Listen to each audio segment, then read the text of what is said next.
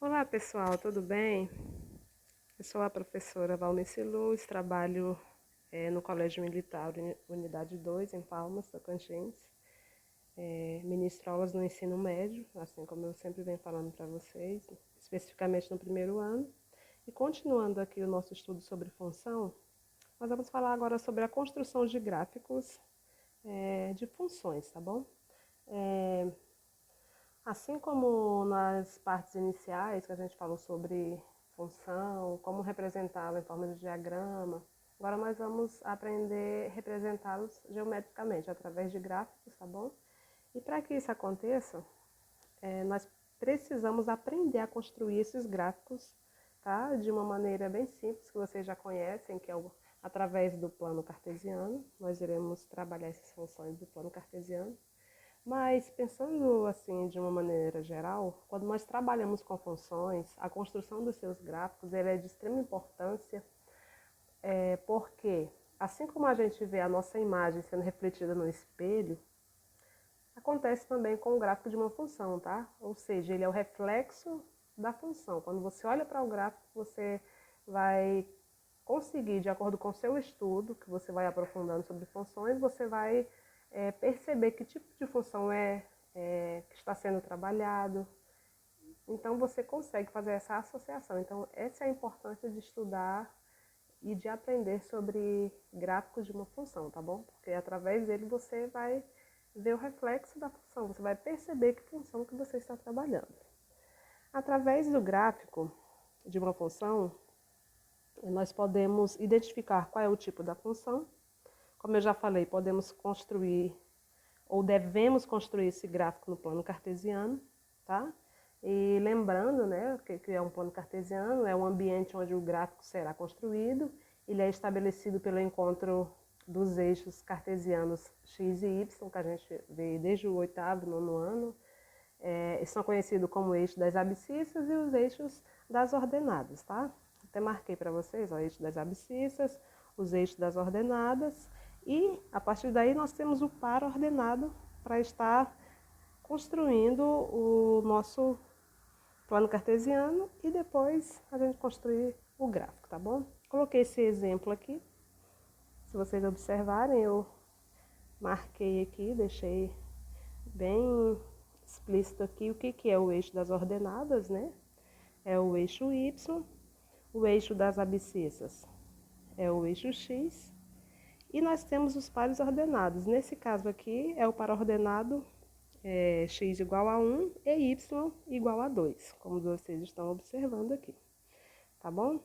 Então, dando sequência aí na construção de gráfico de uma função, nós podemos observar que para construir o gráfico de uma função, dada, por exemplo, como y é igual a f de x, com x pertencente ao domínio de f no plano cartesiano, primeiro nós devemos construir uma tabela com valores que você escolhe para x. Esses valores não são aleatórios, eles são valores de acordo com o domínio da função, tá? Você vai observar o domínio e a partir do domínio você vai escolher valores para ser substituído em x e esses valores de x nos dê valores em y, tá? De acordo com a função. Observe aqui que a gente tem uma lei da função, né? Coloquei representado aqui y é igual a f de x. Então, para eu encontrar o valor de f de x, eu preciso ter noção do domínio para que eu possa substituir esse x e encontrar o valor de y, tá ok? Então, dando sequência aqui, você também precisa associar um ponto do plano cartesiano a cada par ordenado de x e y, tá, da tabela, e depois marcar um número suficiente de pontos até que seja possível esboçar o gráfico da função. Talvez só com apenas um par ordenado você não consiga traçar aí a sua função, né? Então, você vai precisar de 2, 3 pares ordenados para que isso possa acontecer. Então, vamos aqui primeiro para um exemplo. Eu sempre gosto já de colocar os exemplos para a gente estar acompanhando. Ó, fala assim, construa o gráfico da função f de reais em reais, dado pela lei da função f de x é igual a x mais 1. Então, nós já temos aqui a lei da função. Já foi dado, né? F de x é igual a x mais 1. E nós também temos o domínio. Aqui, ó, a gente sabe que o domínio vai ser os reais, porque ele fala uma função f de reais em reais, ou seja, nós temos o domínio e o contradomínio, tá bom? Então, a partir daí, nós podemos determinar a nossa construção da nossa tabela. Eu peguei aqui alguns valores dentro dos reais, tá bom? Observe aqui, ó. Essa primeira aqui, coluna da tabela, eu coloquei os valores para x de menos 1, 0, 1, 2 e 3. E esses valores serão substituídos na lei da função, que é essa que nós temos aqui. F de x é igual a x mais 1, tá bom? Que vai ser o valor do y, que nós iremos encontrar. Então, vamos fazer aqui os nossos cálculos, raciocinando aqui, para a gente encontrar os pares ordenados, para depois traçar o gráfico aí da função f de x é igual a x mais 1. Quando x é igual a menos 1, o y vai ser 0. Por quê? Se eu pegar esse menos 1 aqui e substituir na lei da função, eu vou ter aqui menos 1 mais 1, até já deixei os cálculos aqui, ó. Menos 1 mais 1 é igual a 0. Então, eu vou ter esse par ordenado aqui, ó. Quando x for menos 1, o y vai ser 0, tá bom? Aí, depois, o valor de x igual a 0. Então, em f de 0, nós vamos ter 0 mais 1, substituindo na lei da função, vai ser igual a 1. Então, o par ordenado vai ser 0 e 1. Para x igual a 1, nós vamos ter f de 1 igual a 1 mais 1, sempre lembrando aqui, ó, que no lugar de x eu coloco o valor, né? Então, vai ser 1 mais 1, que vai ser igual a 2. Então, para ordenado vai ser x igual a 1, y igual a 2. Temos aqui o outro ponto, x igual a 2, tá bom? Podemos determinar o par ordenado. Substituir no lugar de x, vamos ter f de 2, então vai ser 2 mais 1, que é igual a 3. Então, o par ordenado vai ser, quando x for igual a 2, y vai ser igual a 3. E temos o valor de x igual a 3, substituindo na lei da função, nós vamos ter f de 3 igual a 3 mais 1, e isso vai ser igual a 4. Então, o nosso par ordenado aqui vai ser 3 e 4, ou seja, x é igual a 3 e y é igual a 4, tá bom? Então, construindo a tabela, a gente vai para o próximo passo, que é encontrar os pares ordenados no plano cartesiano. Observem aqui, ó. Nós representamos o plano cartesiano, né? Os eixos das abscissas, que é o x, o eixo das ordenadas, que é o y, e ligamos esses pontos. Ele disse que quando o x era igual a 0, o y foi igual a 1. Então, já temos aqui esse primeiro ponto marcado aqui, ó. Aí, depois, quando o x for igual a 1, o y vai ser igual a 2. Por isso que está marcado o ponto aqui. Quando o x for igual a 2, o y vai ser igual a 3, tá? E quando o x for igual a 3, o y vai ser igual a 4. Então, a gente conseguiu representar esses pontos aqui no plano cartesiano. Depois que a gente representa esses pontos no plano cartesiano, professor, e esse ponto aqui que está marcado menos 1 e 0? Porque quando o x foi igual a menos 1, o y foi igual a 0, tá?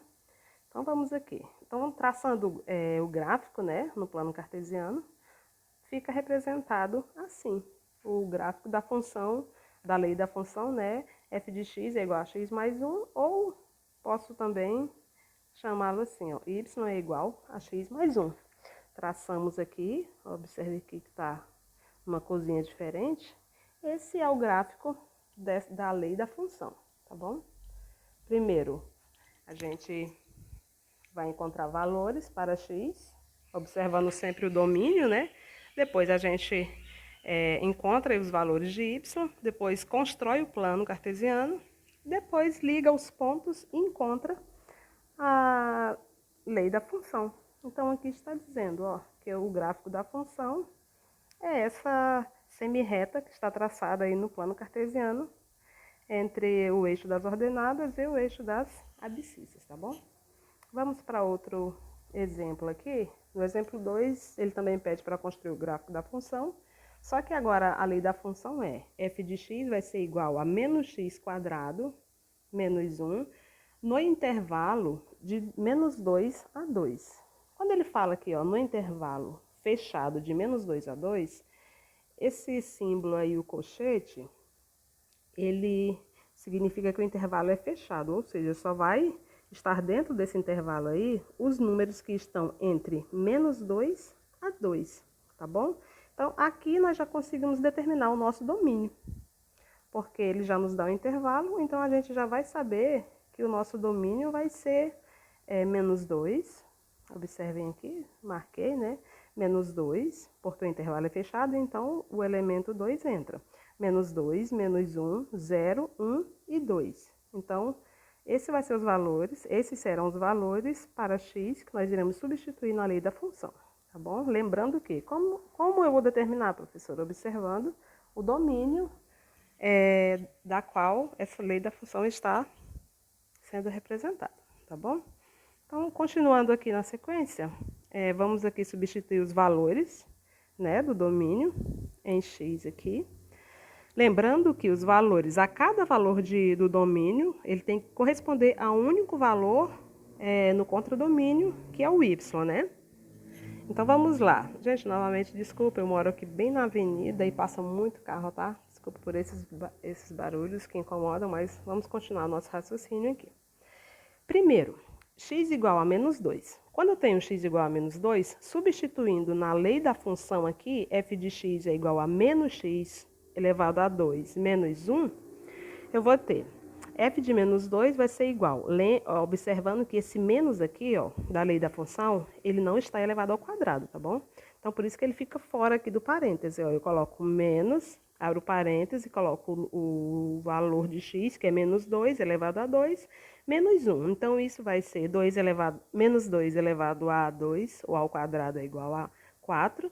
Só que não vai ficar 4 aqui, vai ficar menos 4 devido a esse menos fora aqui da fórmula, tá bom? Então, vai ficar menos 4 menos 1, o resultado vai ser menos 5. Assim vai acontecer para quando x for igual a menos 1.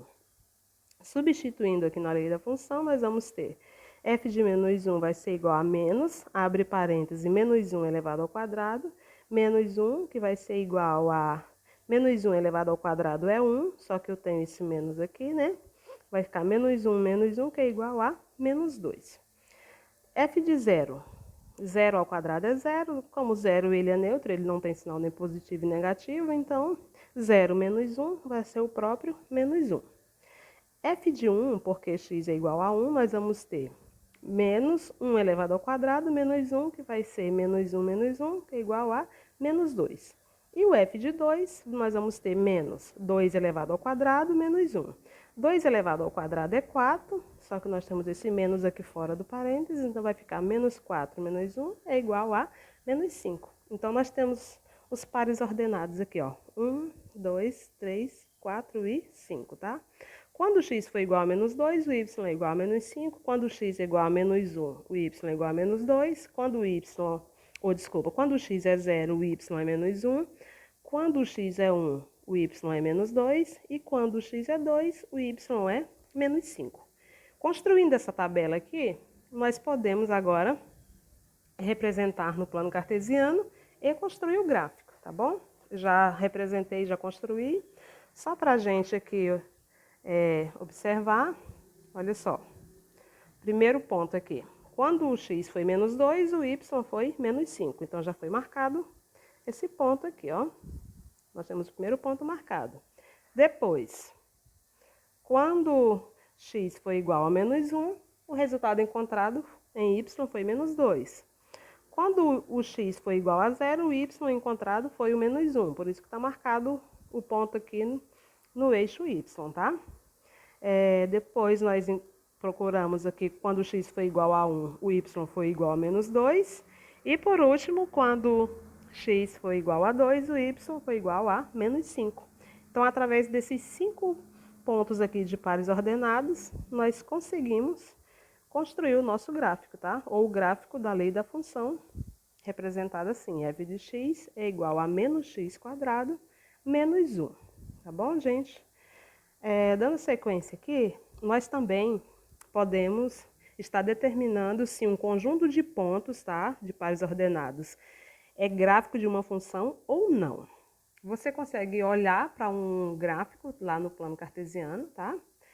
E se você tiver a noção de função, você consegue saber se aquele gráfico representa uma lei de função ou não, tá bom? Então eu coloquei assim, ó, para ter uma função de A contida nos reais em reais, nós já conhecemos essa representação aqui, né? A cada x pertencente a cada elemento, né, do conjunto A, deve corresponder um único elemento y, tá bom? Nos reais, porque ele fala aqui, ó, A contido nos reais em reais. Então, cada x ele vai estar associado a um único valor em y dentro dos reais. Então, geometricamente, isso significa que qualquer reta perpendicular ao eixo x que intersecta o gráfico deve fazê-lo em um único ponto. Vamos lá no exemplo. Nesse primeiro exemplo aqui, quando a gente olha para ele, se você tiver noção de gráficos de função, se você souber, se você lembrar que a cada valor do domínio você vai ter um único valor no contradomínio que ele deve ser associado, você consegue dizer se esse gráfico representa uma lei de função ou não. Observem aqui, ó. Quando eu traço retas perpendiculares, tá, ao eixo x, seria assim, ó, inúmeras retas perpendiculares aqui, o que que isso vai acontecer? Um único valor de x, tá, associado, ele vai ter que corresponder a um único em y, mas observe aqui, ó, se eu fizer isso, observe que o valor de x aqui, ó, ele foi associado tanto no y positivo quanto no y negativo. Então, esse aqui, ó, ele não é uma lei de função, porque um único x corresponde a dois valores em y, tá? Tanto negativo, que foi aqui embaixo, tá? Quanto positivo lá em cima. Então, esse gráfico não representa uma lei de função, tá bom? Repetindo, porque um único x possui dois valores em y. Isso vai acontecer se esse gráfico continuar crescendo aqui para cá, ó. Cada reta perpendicular que você traçar aqui ao eixo x, você vai estar sempre encontrando dois pontos, tá bom? Dois valores, desculpa, para y. Então, já sei que esse não é um gráfico que representa o gráfico de uma função. Letra B. Já esse gráfico aqui é diferente. Observe que, se nós traçarmos retas perpendiculares a x aqui, ao eixo x, eu vou sempre ter um único valor de x para y, ou seja, um único x correspondente a um único y, tá? Não vou ter dois valores, não vou ter três, você pode continuar essa curva aqui, ó, infinitamente aí. Toda vez que você traçar retas perpendiculares ao eixo x, você vai estar encontrando apenas um único valor de x correspondente a um único valor em y. Então, o B aqui, eu posso dizer que ele é representado ou representa um gráfico de uma função, tá bom? Vamos para um próximo exemplo aqui, ó. Qual dos gráficos não apresenta uma função de reais em reais, tá? Com seu domínio de reais em reais. Aí, eu coloquei a imagem aqui. Observem, nós temos o item A, B, C, D, E e F. Quais desses aqui não correspondem a um gráfico de uma função? Vamos analisar aqui, passo a passo, né? Observem o item C, o B, aliás, o item C e o item F. Tá bom? Porque quando eu olho para o A, eu já sei que isso aqui é uma parábola. Esse aqui, automaticamente, eu sei que ele é um gráfico de uma função, tá bom? Não sei que função que está sendo trabalhada, mas eu sei que representa o gráfico de uma função. Letra D também representa. Então, sobrou para analisar B, C, F, porque o E, como é uma semirreta, também representa a lei de uma função. No item B, observem que se eu traçar, tá, retas perpendiculares aqui, ó, ao eixo x, observe que um único x vai ter dois valores aqui, ó, no eixos dos números positivos. Observe aqui, tá? E observe aqui, ó. um único valor de x vai estar correspondendo a dois valores em y, tá bom? E isso não pode acontecer, de acordo com o que nós já aprendemos sobre domínio de uma função, né? Observem o item C. Se eu também, novamente, traçar retas perpendiculares aqui, ó, eu vou ter um único valor de x correspondendo a dois valores em y, tá? Olha aqui, também nessa situação aqui, ó, vai corresponder um único valor de x em dois valores em y. Então, o B não corresponde à lei de uma função, o C também não corresponde a uma lei de função e o F também não, porque esse gráfico ele vai continuar assim, ó. Então, traçando retas paralelas aqui, eu vou ter sempre um valor de x com dois valores em y, tá bom? Então, é só você lembrar, para você saber se representa o gráfico de uma função geometricamente falando, no plano cartesiano, né? Você traça retas perpendiculares, tá bom?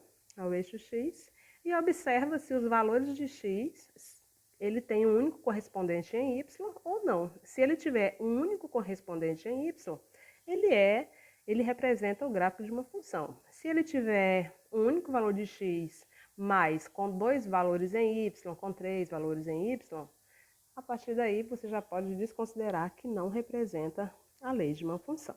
Tá bom, gente? Essa foi a nossa aula sobre gráfico da função. E a gente vai dar sequência aí falando sobre função crescente, decrescente, função injetora, função sobrejetora e função bijetora, tá bom? Até a próxima, fiquem com Deus e tchau.